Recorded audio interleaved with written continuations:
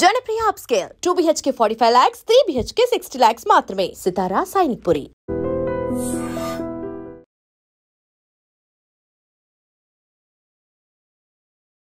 Dual income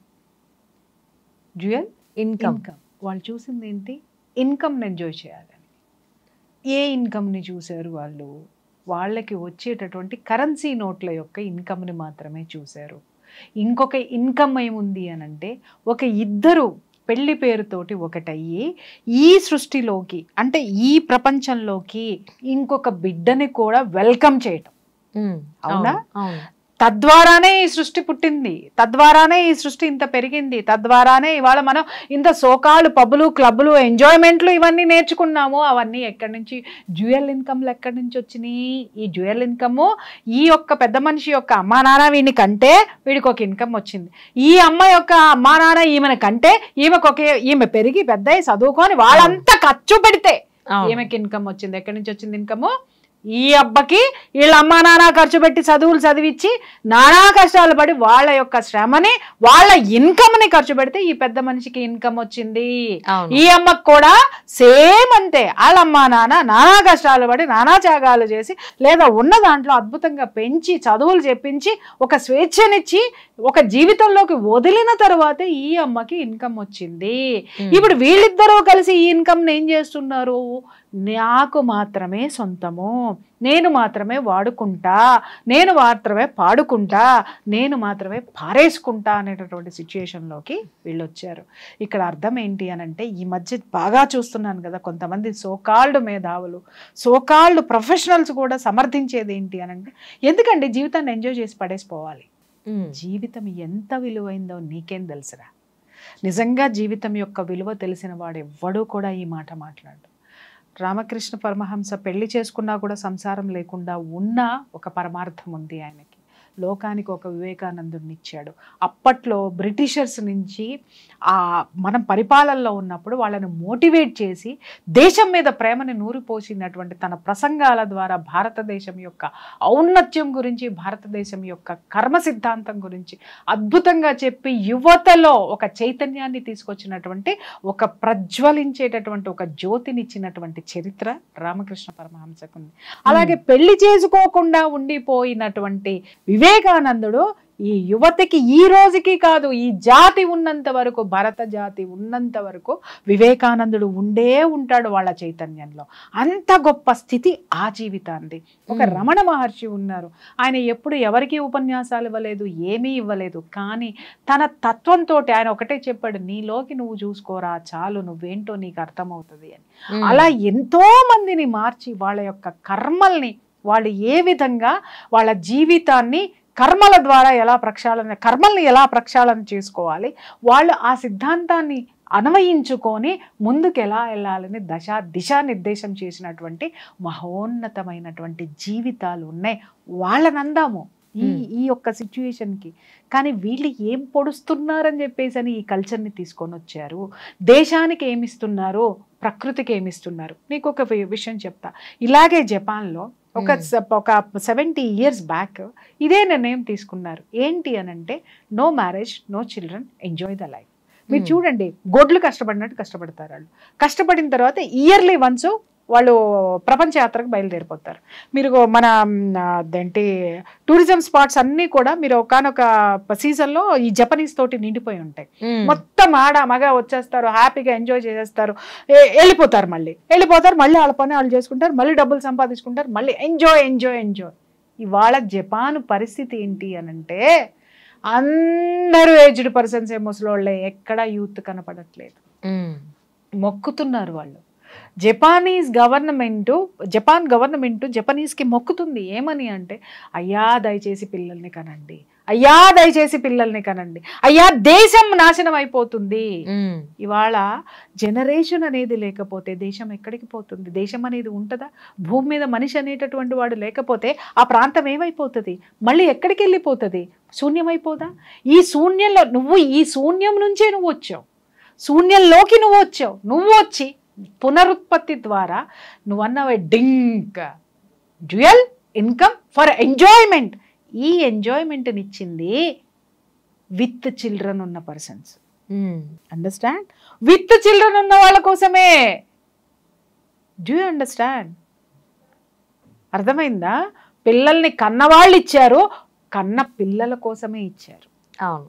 ఇది అర్థం చేసుకోకుండా ఎవడబడితే వాడు ఏ మూర్ఘపు జాతికి ఏది తోస్తే దానికి ఒక పేరు పెట్టి సోషల్ మీడియాలో దాన్ని పర్వెక్టెడ్గా చేసి ఇవన్నీ చేసుకుంటూ ఇది చాలా గొప్పదని కొంతమంది మూర్ఘపు మేధావులు అనబడేటటువంటి వాళ్ళు వీటిల్ని సమర్థించుకుంటూ కొంతమంది ప్రొఫెషనల్స్ తాళాలేస్తూ దీన్ని ఎక్కడికి తీసుకెళ్దాం అనుకుంటున్నారు ఒకసారి చెప్పండి అమ్మా. ప్రపంచంలో ఎక్కడికి వెళ్ళి చూసినా భారతదేశం యొక్క వివాహ వ్యవస్థకి చేతులెత్తి ఎందుకు మొక్కుతారు? భారతదేశపు సంస్కృతికి చేతులెత్తి ఎందుకు మొక్కుతారు? ఒక డిసిప్లిన్ ఉంది, ఒక కుటుంబ కట్టుబాటు ఉంది. కట్టుబాటు వల్ల వచ్చేటటువంటి ఆ యొక్క డిసిప్లిన్తో కూడినటువంటి జీవితం ఏదైతే ఉందో ప్రశాంతంగా ఉంది. ఇప్పుడు లేదు, ప్రశాంతంగా ఉంది. అందుకే భారతదేశాన్ని ఇండియా అనగానే ఇలా ఎందుకు చేతులు వస్తాయి, ఇలా ఎందుకు రావు, ఇలా ఎందుకు వస్తాయి, విడిపోయిన చేతులు కలుస్తాయి. ఎందుకు కలుస్తాయి అని అంటే ఒక సంస్కృతిని క్రియేట్ చేసినటువంటి అద్భుతమైనటువంటి మహోన్నతమైనటువంటి చరిత్ర మన భారతదేశాన్ని. ఇలాంటి భారతదేశంలో పుట్టిన వాళ్ళు ఈ విధమైనటువంటి పోకడలకి ఇందాక మీరు నన్ను క్వశ్చన్ వేసేటప్పుడు అన్నారు లివింగ్ టుగెదర్ విన్నాము, తర్వాత డేటింగ్ విన్నాము. అవన్నీ ఏమైనాయమ్మా? నా చిన్నప్పుడు విన్నాను డేటింగ్, అది ఇప్పుడు ఎక్కడుందో తెలదు. తర్వాత విన్నాను లివింగ్ టుగెదరు, అది ఇప్పుడు పోయి డింక్ వచ్చింది. అంటే ఇది కూడా వచ్చింది పోవడానికే. దీంట్లో కూడా కొంతమంది జేరీ నా చిన్నప్పుడు ఇంకొక కల్చర్ ఉండేది, హిప్పీస్ అని ఉండేవాళ్ళు. హిప్పీస్ అని ఉండేవాళ్ళు. వాళ్ళు ఏంటి అని అంటే సేమ్ ఇదే డింక్ కల్చర్ లాంటిదే, కాకపోతే ఇక్కడ డ్యూయల్ ఇన్కమ్ తోటి ఎంజాయ్ చేస్తారు. అక్కడ ఏంటి అని అంటే ఎవడికి ఇన్కమ్ ఉండదు, ఎవరికి ఇది ఉండదు, మత్తుతోటి జోగి తూగుతూ ఉంటారు యూత్ మొత్తం కూడా. 70s లో ఉన్నటువంటి అప్పుడు ఉన్నటువంటి ఒక జాడ్యం అన్నమాట ఇది. ఇక చివరికి ఏమైపోయిందంటే యువత మొత్తం మత్తుకు బానిసైపోయి ఆడ మగ వావి వరస లేకుండా వాళ్ళు ఊరు చివర్ల పొలిమేరల్లో ఒక డెన్ ఏర్పాటు చేసేసుకుని వాళ్ళకి 24 hours ఏంటంటే మ్యూజిక్లు, డాన్సులు, మత్తు పదార్థాలు. వీళ్ళకి డబ్బులు ఎక్కడి నుంచి వచ్చాయి అని అంటే ఇంట్లో ఉన్నటువంటి పెద్దవాళ్ళని పోరి తీసుకొని వచ్చేవాళ్ళు. లేదు అని అంటే వీళ్ళు ఇంకొకళ్ళని హత్యలు చేయడానికి కూడా వెనకాడేటటువంటి వాళ్ళు కాదు, దొంగతనాలు, దోపిడీలు కూడా వీళ్ళ వల్ల జరిగేటటువంటి. అంటే ఒక స్థితి ఉన్మాద స్థితికి, ఇలాంటి స్థితులు ఉన్మాద స్థితికి ఎలా తీసుకెళ్తాయో చెప్తా. ఎందుకు తీసుకెళ్తాయి అని అంటే ఎమోషన్స్లో బ్యాలెన్స్ లేదు. ఎమోషన్స్లో ఎప్పుడు బ్యాలెన్స్ వస్తుంది అని అంటే ఇద్దరు కలిసి ఒక క్రమశిక్షణతో కూడుకున్నటువంటి జీవితంలోకి వచ్చినప్పుడు, మీ ఇద్దరికి కలిసి ఒకళ్ళో ఇద్దరో ముగ్గురో మీ జీవితంలోకి వచ్చినప్పుడు అప్పుడు బ్యాలెన్స్ అవుతుంది, అప్పుడు డిసిప్లిన్ వస్తుంది, అప్పుడు క్రమశిక్షణతో కూడినటువంటి జీవితం ప్రశాంతంగా ఉంటుంది. ఇంకొక విషయం కూడా చెప్తున్నాను, మీరు అడగచ్చు మేడం మరి ఇలాంటి కల్చర్ని ఈ విధంగా ఎందుకు పుట్టుకొచ్చేటటువంటి అవకాశాలు అసలు ఎవడు పుట్టించాడు వీటిని? ఒక మీరన్నట్టు ఒక హిప్పీ కల్చర్ కానీ, తర్వాత ఈ డేటింగ్ కల్చర్ కానీ, లేకపోతే ఇంకొకటి కానీ జీవితంలో ఫెయిల్యూర్ అయినాడు పుట్టిస్తాడు.